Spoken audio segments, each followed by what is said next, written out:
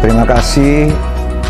Dinas Pariwisata di 2021 memang mengalami masa-masa yang paling dinamis. Ada banyak masukan, ada banyak respon, ada banyak komentar juga tentang apa yang kami lakukan di 2021. Tetapi alhamdulillah di balik semua itu ada banyak hal juga yang sudah kami capai karena kami selalu berpikir ingin bekerja sepenuh hati untuk menuntaskan segala bentuk program, kegiatan, agenda, dan arahan-arahan dari pimpinan.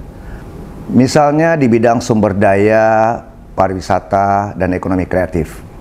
Tahun 2021 adalah agenda yang paling banyak kita lakukan. Sekitar 37 BIMTEK sudah kita lakukan. Kali 100 orang ada 3.700 yang sudah kita sentuh di tahun 2021. Kita juga sudah lakukan pendampingan terhadap 5 desa wisata 2020, 5 Pokdarwis 2020, dan 5 Pokdarwis PHJD tahun 2021.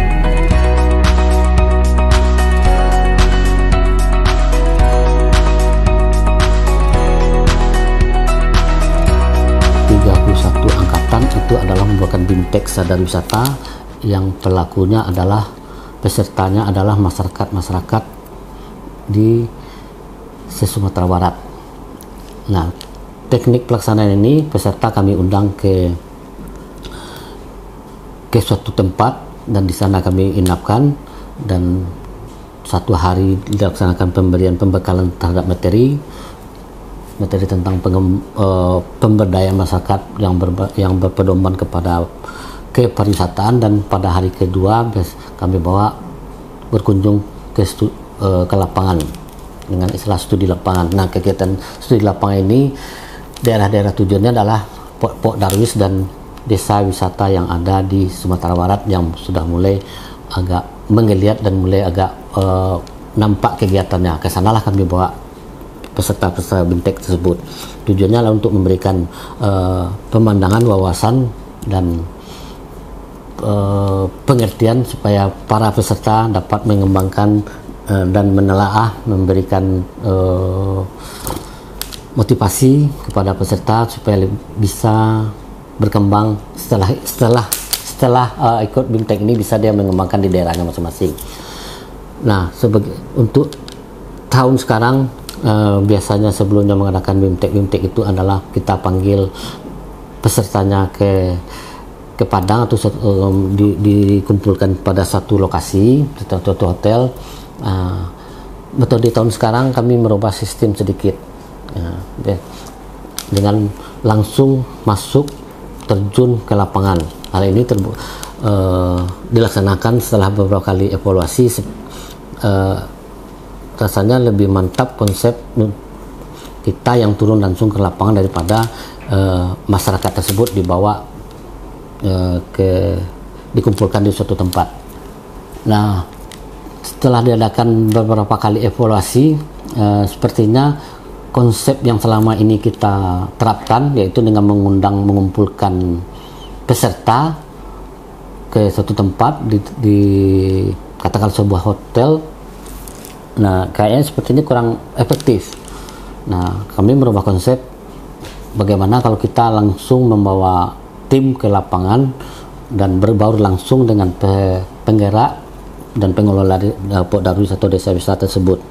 Nah, untuk itu Dinas Wisata telah membentuk suatu tim satuan tenaga konselor yang kami singkat dengan SANA, yang isinya adalah penggiat dan motor-motor pariwisata di daerahnya masing-masing.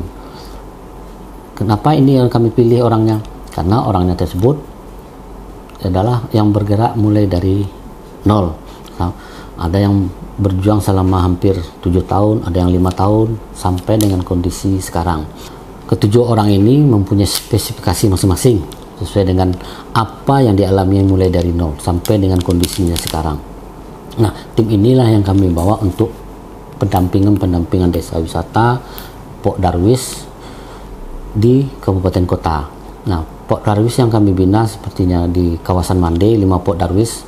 Mereka ini kami bawa ke tujuh-tujuhnya, turun ke lapangan, berbaur dengan mereka, berdiskusi, berdiskusi panjang lebar, dan itu tidak hanya berdiskusi pada waktu kegiatan tersebut. Nah, mereka juga bisa berdiskusi di luar jam kegiatan tersebut. Begitu juga pernah kami bawa ke 6 desa wisata yang ada di Sumatera Barat. Pertama kali kami membawa ke Maligi. Waktu itu kondisi di Maligi masih belum, memang sudah ada Port Darwis, tapi masih belum ada titik kerja atau kejelasan dari program apa-apa yang dibuat. Namun setelah kami bawa tim sana selama 2 hari 1 malam ke sana, kami berdiskusi di sana, duduk berkunjung mengelilingi Maligi, mencatat potensi-potensi apa yang ada di Maligi, baik potensi kesenian, alam, budaya dan lain-lainnya. Nah, semua itu dicatat oleh tim sana, dan kemudian kami rapatkan bersama malam-malam sampai jam dini hari. Nah, setelah itu kami tinggalkan program-program yang harus mereka kan dalam waktu singkat. Begitu juga terhadap 5 desa wisata lainnya seperti tadi Maligi, Tunggal Selatan, Sumaroso, Kubu Gadang, Pagaruyang. Nah, kami turun ke 5 desa tersebut selama 2 hari 1 malam, berdiskusi, berbincang dengan semua pemangku kepentingan di sana, baik itu wali nagarinya, BAMUS dan BPN-nya Nagari, Port Darwis, ketua pemuda, masyarakat. Nah, kami berdiskusi. Dalam diskusi ini kadang-kadang tim ini juga tidak harus duduk di satu tempat, dia langsung berdiskusi, mengunjungi masyarakat di sana. Sambil berdiskusi juga bisa kami lakukan di warung, di kedai-kedai dengan masyarakat yang ada. Nah, setelah dari kegiatan tersebut, kita bisa melihat pergerakan yang ada dilakukan oleh masyarakat atau Port Darwis yang ada di ke-6 desa tersebut. Seperti Maligi sekarang sudah bisa membuat event, Pagaruyung juga sudah membuat event, dan Sumaroso juga sudah membuat event. Artinya dengan kedatangan metode yang seperti ini sepertinya akan lebih efektif daripada kita mengumpulkan mereka ke satu tempat.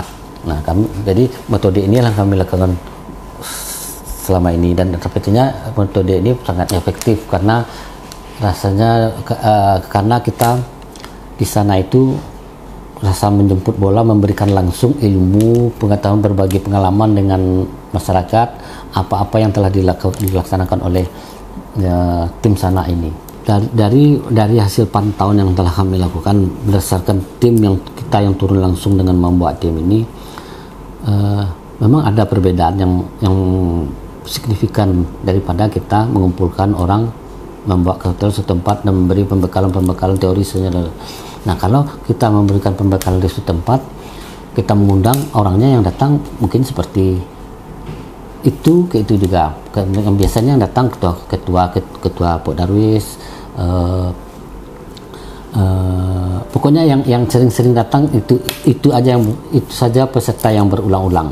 Nah, tapi kalau kami turun ke lapangan dengan tim ini ke lapangan, semua komponen semua komponen yang ada untuk di desa wisata tersebut terayomi keinginan mereka, permasalahan mereka langsung berdiskusi dengan tim kami.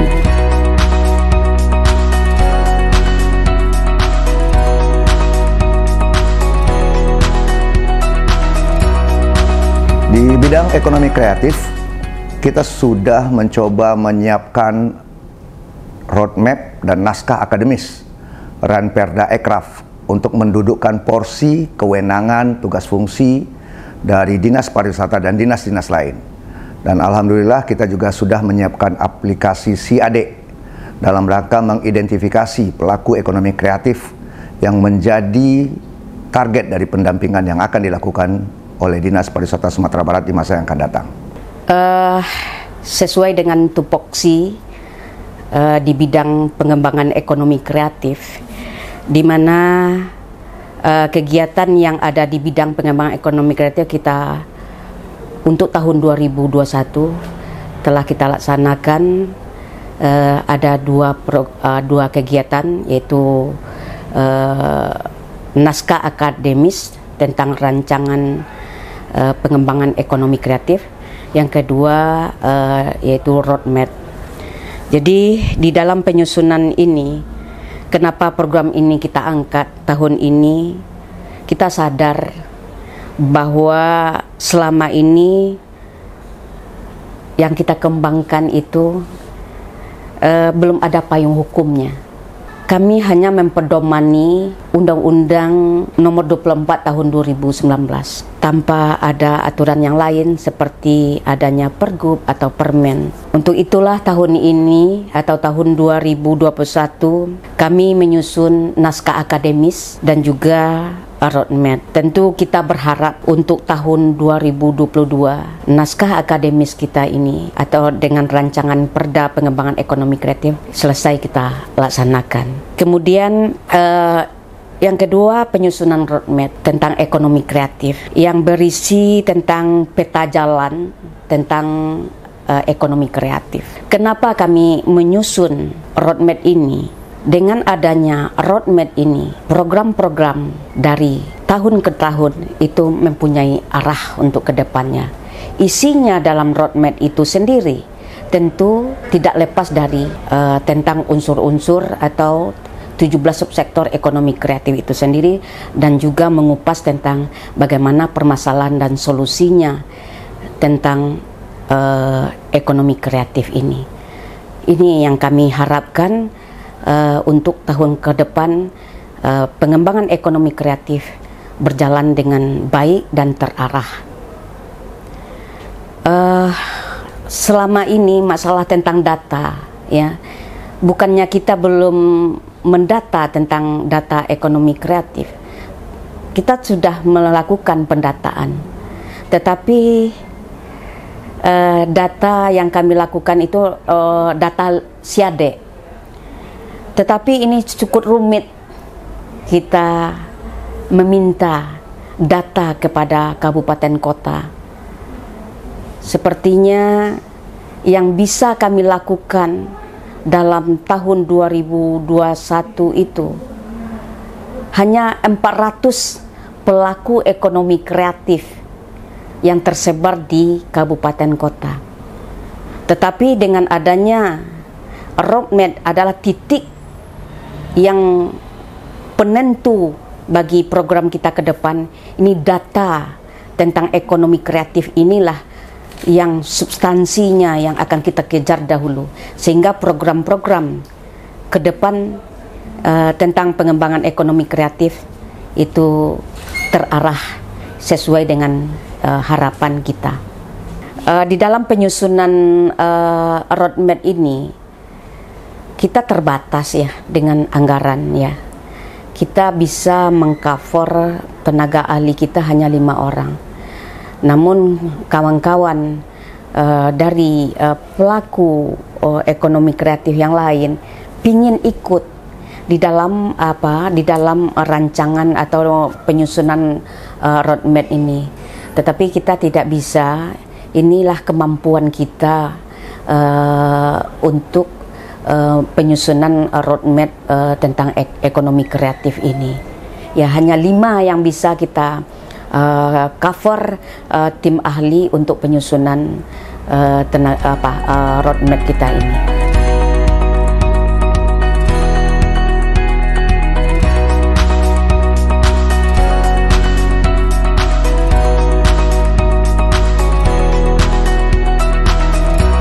Di bidang destinasi, kita alhamdulillah juga sudah berhasil menetapkan 19 destinasi pariwisata unggulan provinsi, sebuah elaborasi dari misi gubernur untuk menetapkan 19 kawasan yang akan dikerjasamakan dengan kabupaten kota. Dan alhamdulillah tahun 2022 yang akan datang, BKK, bantuan keuangan khusus, akan dapat diberikan oleh provinsi setelah beberapa lama tidak dapat diberikan. Kita juga sudah menyiapkan dokumen kepariwisataan lanjutan dalam rangka mendukung Ombilin Call Meaning Heritage, sebuah persyaratan yang diberikan oleh UNESCO. Kita juga sudah menyiapkan dosier GRM, Geopark Ranah Minang, menuju UNESCO Global Geopark. Kita sudah terima 4 SK warisan geologi, melengkapi dari 7 warisan geologi yang ada di Sumatera Barat, dan alhamdulillah kita juga sudah memfasilitasi 231 desa wisata di dalam aplikasi Jadesta dan mencoba merumuskan Pokdarwis sebanyak 221 yang siap untuk dibina di tahun 2022 yang akan datang. Untuk tahun 2021 ini bidang destinasi dan industri pariwisata ini tahun yang berat nih dibandingkan sejak 2018, karena di tahun 2021 ini karena sudah ada progol kepala gubernur maupun wakil gubernur Sumatera Barat, itu kami harus sesegeranya dan harus gerak cepat untuk menetapkan 19 daya tarik wisata unggulan.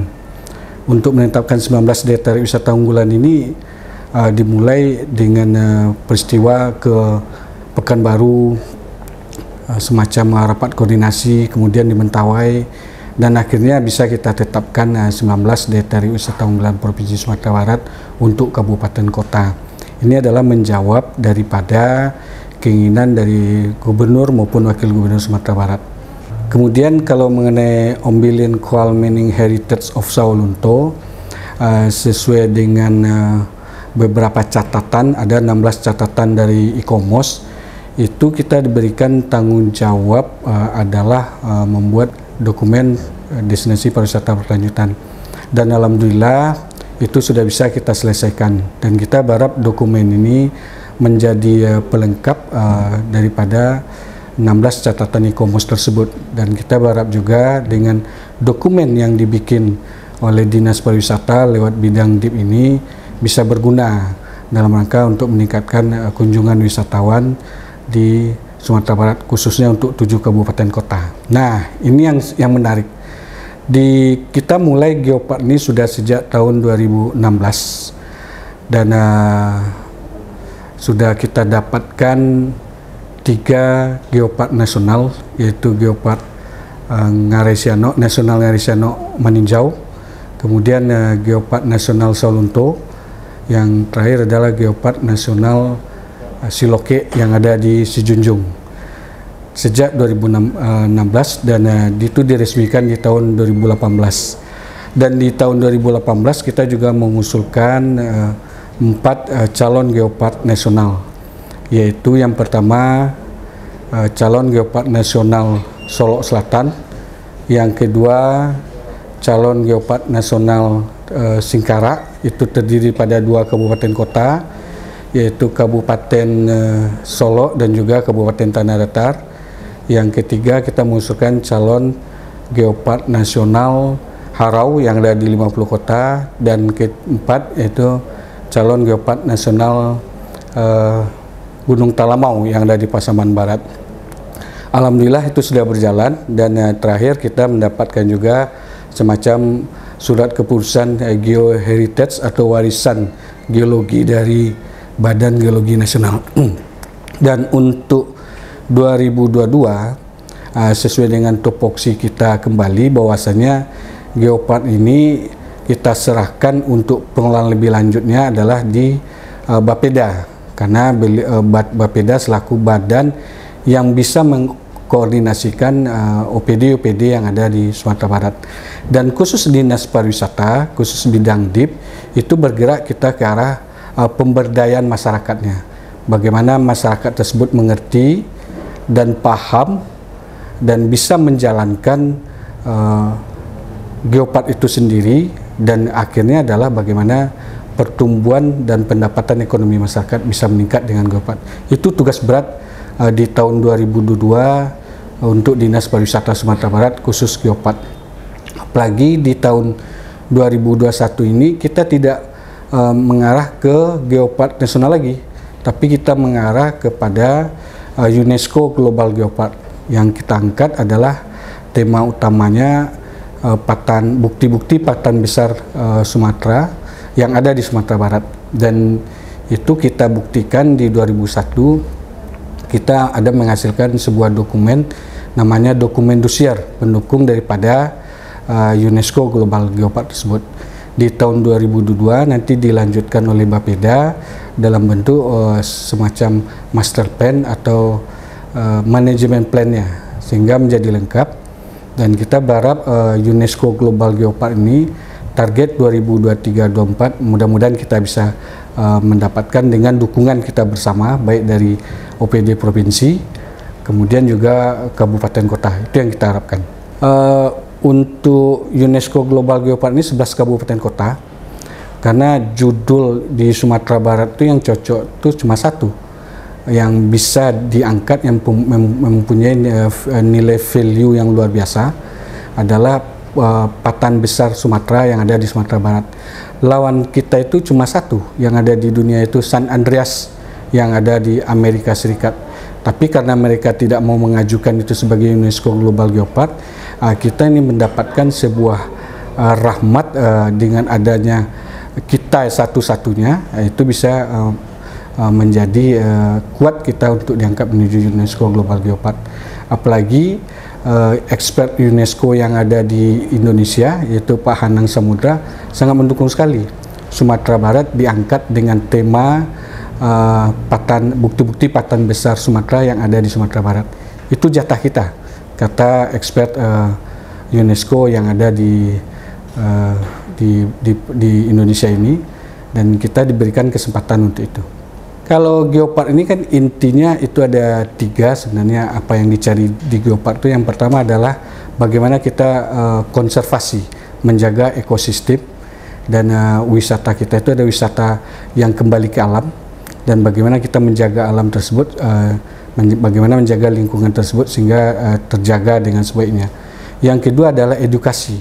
Kita berharap dengan peristiwa dari geopark yang terjadi di Patan Besar Sumatera ini bisa menjadi sebuah ilmu pengetahuan baru bagi yang memerlukan. Dan hari ini dan di tahun 2022 dan kedepannya kita berharap ini kita mengangkat sebuah konsep nanti adalah Geopark to School. Bagaimana geopark ini masuk kepada sekolah-sekolah, dan bagaimana juga nanti School to Geopark. Istilahnya sekolah tersebut datang juga ke lokasi geopark, sehingga yang anak-anak sekolah yang ekstrakurikulernya yang sekarang yang serba kekurangan, itu bisa mereka mendapatkan ilmu yang bermanfaat nantinya dengan adanya geopark yang kita angkat menjadi wisata alternatif. Kemudian yang ketiga adalah geopark ini mengangkat daripada pertambahan ekonomi masyarakat itu sendiri, yang akhirnya UNESCO Global Geopark ini yang diharapkan daripada UNESCO Global Geopark ini adalah bagaimana masyarakat merasakan dampak secara ekonominya. Dan mudah-mudahan dengan geopark ini bisa kita angkat baik dari berbagai macam produknya, geo homestay-nya, kemudian ekonomi kreatif dan yang lainnya. Dan kita berharap ini sebuah konsep pariwisata yang baru yang dimunculkan di Sumatera Barat, dan mudah-mudahan ini memberikan dampak yang positif bagi tentu saja kunjungan wisatawan. Kemudian yang kedua, lama tinggal, karena dengan geopark orang tidak akan bisa datang 1 hari 2 hari, tapi orang menginap, dan sifatnya wisatanya adalah wisata minat khusus, dan lama tinggalnya yang kita harapkan 7 hari sampai seminggu atau sampai sebulan. Dan ini tentu akan memberikan dampak secara langsung kepada masyarakat yang ada di sekitar lokasi geopark itu sendiri. Nah, ini lumayan menarik juga ini, bahwasanya desa wisata ini baru muncul dan baru menjadi landmark atau brand itu di tahun 2021 ini. Kita dikejutkan dengan program yang tiba-tiba langsung dari Kementerian Pariwisata, bahwasanya desa wisata ini harus kita dukung. Pemerintah Provinsi Sumatera Barat secara tupoksinya adalah bagaimana melakukan pembinaan dalam bentuk dukungan terhadap sumber daya manusia yang ada di desa wisata. Dan kita juga adalah peserta terbanyak dalam Jadesta maupun apresiasi desa wisata yang diadakan oleh Kemenpar. Alhamdulillah, respon daripada desa wisata kawan-kawan kita di bawah ini sungguh luar biasa. Lebih kurang 234 desa wisata yang masuk di dalam jaringan desa wisata Nusantara itu sendiri. Dan alhamdulillah juga kita dari 50 besar kita mendapatkan 4 yang mendapatkan apresiasi yang luar biasa dari Kementerian Pariwisata. Contohnya Desa Apar itu kalau tidak salah mendapatkan nomor 3 desa terinovatif dalam bidang informasi teknologi, dan yang 3 lagi itu masuk 5 besar daripada berbagai macam kategori yang dibikin oleh Kemenpar. Dan kita berharap dengan desa wisata ini, karena secara pariwisatanya adalah destinasi yang paling rendah, destinasi yang paling kecil, dan kita mengangkatnya dengan perekonomian masyarakat diangkat dengan desa wisata. Desa wisata ini konsepnya bukan saja kita dari sisi SDM yang ada di desa itu, tapi kita juga mengangkat dari sisi dampak ekonomi yang akan dirasakan oleh masyarakat yang di sana.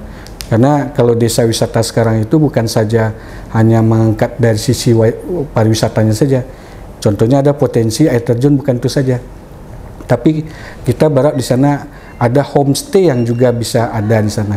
Kemudian ada juga semacam ekonomi kreatif yang ada di sana. Malah hari ini kita dengan tim TPSM, dengan inisiatif daripada Pak Kadis, Pak Nofrial, dan juga Pak Joni dari TPSM, kita mengangkat juga 50 desa wisata agro sekarang. Kita keroyok rame-rame antara OPD yang bergerak di pertanian, hortikultura seperti Dinas Pertanian, Dinas Pangan, yang lain-lainnya. Kemudian dibantu juga dengan Dinas Peternakan Kabupaten Kota, Dinas Pertanian juga. Itu kita ramu dalam konsep pariwisata.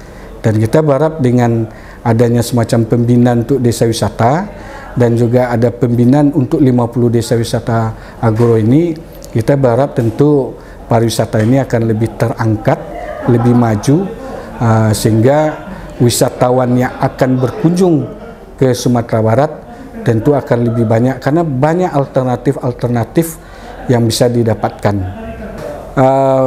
Luar biasa lah, kalau tahun 2021 ini tahun luar biasa. Dengan adanya Pak Gubernur baru kita, kami dituntut oleh Pak Kadis, istilahnya harus cepat memenuhi daripada Progul Gubernur. Khususnya di bidang kami ada 19 daya tarik wisata unggulan. Ada satu pekerjaan yang di luar kami, yang Badan Promosi Pariwisata Daerah BPBD, alhamdulillah dengan kerjasama tim dan dibantu juga kawan-kawan dari bidang lain, kemudian dibantu oleh Pak Syekh dan Pak Nov, ini bisa kita lalui lah istilahnya. Alhamdulillah peraturan gubernurnya sudah akan ditandatangani oleh Pak Gubernur, kemudian surat keputusan mengenai daya tarik wisata unggulan sudah dapat kita 19 daya tarik wisata unggulan. Pokoknya yes lah di tahun ini 2021 ini, semoga di tahun 2022 akan lebih banyak lagi pressure yang kita rasakan supaya daya tarik wisata unggulan ini memang betul-betul menjadi unggulan khusus untuk Sumatera Barat.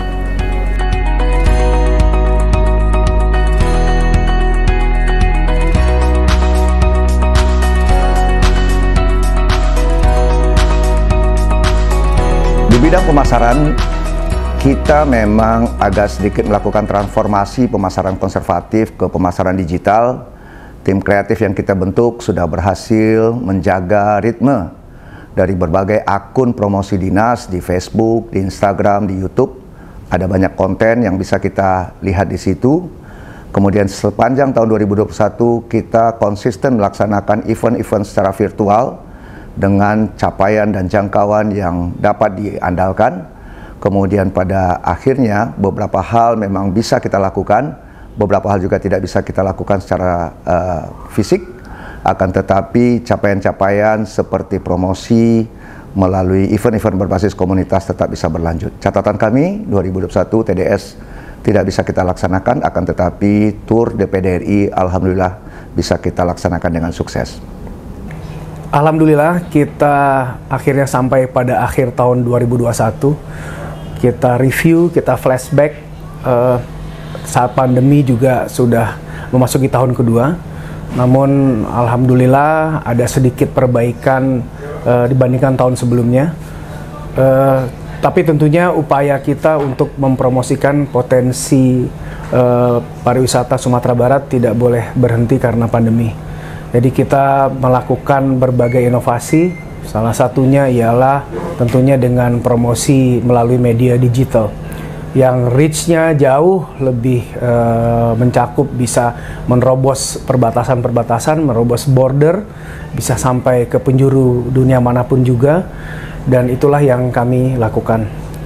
Kita konten-konten promosi kita ada beberapa yang rutin seperti Cigo, Malapa, dan juga yang baru ada cerita si Karwi, dan monolog-monolog juga. Monolog-monolog tersebut sebagian besar diisi oleh suara Bapak Kadis, Pak Nofrial, dengan suaranya yang berat, juga memberikan ciri khas yang tersendiri. Dan pelaksanaan event kita di tahun 2021, kita tetap dengan melaksanakan event.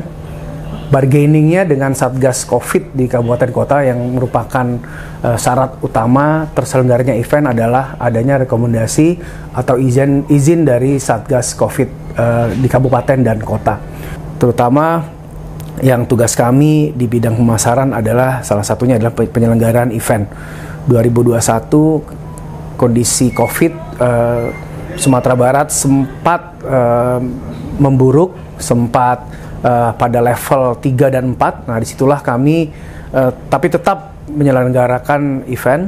Kita tentu saja melakukan koordinasi dan pendekatan kepada Satgas Covid setempat, yang memang syarat mutlak untuk penyelenggaraan event pada kondisi pandemi adalah adanya rekomendasi dari Satgas Covid. Nah, jadi kita menyatakan event kita tersebut tanpa penonton. Betul-betul tidak ada penonton sama sekali, yang hadir hanya panitia dan peserta saja. Kita melakukannya dengan virtual, promosi virtual dengan live streaming, dan itu terbukti sudah jangkauannya, penontonnya lebih dari yang kita harapkan. Bisa mencapai ribuan, bahkan puluhan ribu penonton, dan juga sampai di pelosok-pelosok belahan dunia manapun yang memang kita sebenarnya tidak pernah menduga. Pada perantau-perantau Minang di Rusia, di Australia, di Amerika, banyak yang menyatakan sudah menjadi penonton tetap, rutin viewer dari website, dari media sosial yang dimiliki oleh Dinas Pariwisata Sumbar. Terkait pelaksanaan Tour de Singkarak 2021, kebetulan saya sendiri sebagai ketua pelaksananya pada tahun 2019, kami sudah mencoba merancang berbagai antisipasi di berbagai hal agar terselenggaranya TDS setelah 2019 itu lebih baik lagi. 2020 mutlak tidak ada event terselenggara sama sekali, banyak sekali event dibatalkan.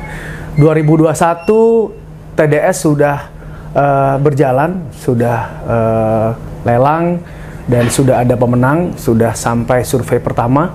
Namun sayang sekali ketika survei kedua, TDS Tour de Singkarak tidak mendapat rekomendasi dari Satgas Covid provinsi. Itu bisa dimaklumi, mungkin tidak hanya faktor pandemi saja, tapi banyak juga yang disampaikan oleh Satgas Covid provinsi.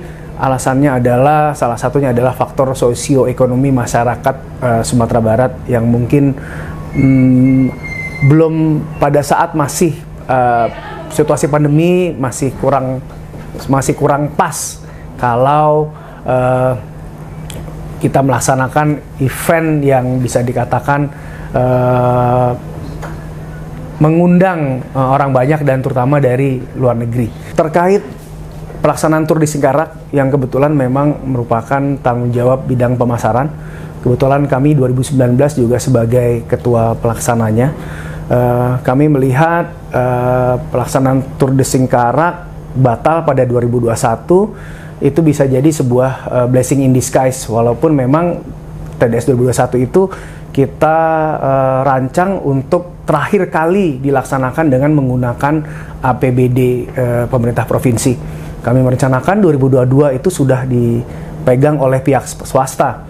Kita sudah melakukan langkah-langkah untuk ke arah tersebut, seperti misalnya mencatatkan Tour de Singkarak sebagai aset tak berwujud Pemprov Sumbar, dan juga brand Tour de Singkarak Connecting Sumatera itu juga telah kita daftarkan ke Kementerian Kumham.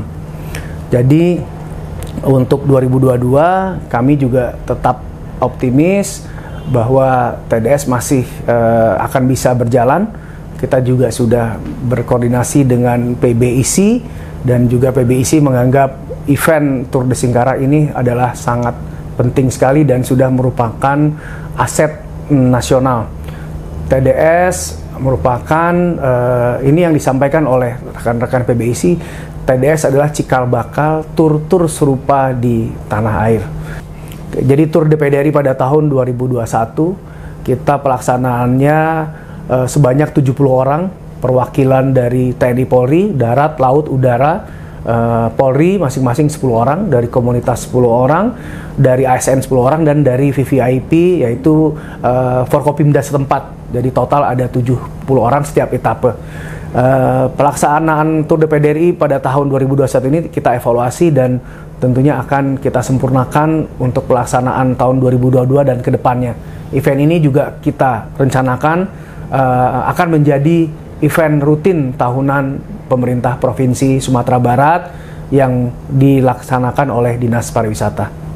Terkait pelaksanaan event yang merupakan juga kewajiban bidang pemasaran, pada tahun 2021 ini luar biasa sekali, banyak sekali event-event yang kami laksanakan di beberapa kabupaten kota. Dikala PPKM masih level 4 atau 3, dan banyak sekali dinamika di lapangan. Kita sudah rancang pada tanggal sekian, tiba-tiba harus mundur. Ada lagi penolakan yang tiba-tiba sudah rapat beberapa kali, tiba-tiba ada lagi PPKM levelnya naik, ada lagi ditentang oleh masyarakat segala macam. Namun alhamdulillah 2021 kita tutup dengan cukup sukses. Event-event semua terlaksana. Tidak ada yang kita cemaskan bahwa akan ada klaster-klaster baru COVID pada pelaksanaan event. Alhamdulillah semua event terlaksana. Ada mungkin kami hitung lebih dari 20 event di berbagai kabupaten kota. Dan apa yang dicemaskan, yang menjadi ketakutan dari para banyak pihak, bahwa event-event yang menimbulkan kerumunan orang ini akan menjadi klaster-klaster baru, alhamdulillah itu tidak terbukti. Itu terbukti juga dengan ketatnya prokes yang kita terapkan. Kita juga sangat disiplin dalam menerapkan prokes, dan memang fokus pada pelaksanaan event tanpa penonton dan lebih kepada live streaming. Tahun 2021, Dinas Pariwisata Provinsi Sumatera Barat mendapat anggaran 33 miliar lebih. Dari 33 miliar itu terdapat 5 program dan 43 kegiatan. Khusus tahun 2021 ada kebijakan baru oleh pemerintah pusat bahwa untuk kuasa pengguna anggaran hanya ditunjuk 1 orang per OPD dengan syarat anggaran di bawah 50 miliar. Jadi khusus tahun 2021 kami mendapat amanah sebagai KPA Tunggal dengan anggaran 33 miliar. Dari anggaran 33 miliar tersebut sampai saat ini realisasi alhamdulillah mencapai 92,45%. Hanya 1 kegiatan yang tidak jalan karena izin tidak keluar saat pandemi ini. Saya kira itu mungkin yang menjadi stressing kita di sekretariat untuk tahun 2021. Sebagai KPA Tunggal, ada 1 kegiatan kami yang tidak jalan, yaitu Tour de Singkarak. Tidak jalannya ini sebenarnya ini adalah akibat dari pandemi COVID-19. Sebelumnya kami telah melakukan survei untuk kegiatan ini dan telah menunjuk pihak ketiga untuk pelaksanaan kegiatan. Tapi akibat pandemik, maka kegiatan ini tidak bisa kita jalankan. Alhamdulillah 2021 sudah berlalu. Kami mengucapkan apresiasi dan terima kasih yang setulus-tulusnya kepada kawan-kawan Dinas Pariwisata Kabupaten Kota atas segala bentuk harmonisasi dan dukungannya untuk pekerjaan besar bersama kita sepanjang tahun 2021. Terima kasih juga kepada kawan-kawan Pentahelix, kepada kawan-kawan perguruan tinggi, kepada kawan-kawan industri, kawan-kawan komunitas, dan kawan-kawan media atas dukungannya. Tanpa kebersamaan itu, rasanya kami Dinas Pariwisata tidak akan mampu untuk melaksanakan tugas ini, menjaga ritme dan image pariwisata Sumatera Barat tetap berkibar di selama tahun 2021. Kami mohon supaya kami dilihat dari kemampuan kami bertahan, bukan langkah maju kami, karena menurut kami untuk bertahan di tengah pandemi betul-betul sangat sulit. Sekali lagi terima kasih semua, mohon dukungan untuk tetap bisa bersama-sama di tahun 2022. Assalamualaikum warahmatullahi wabarakatuh.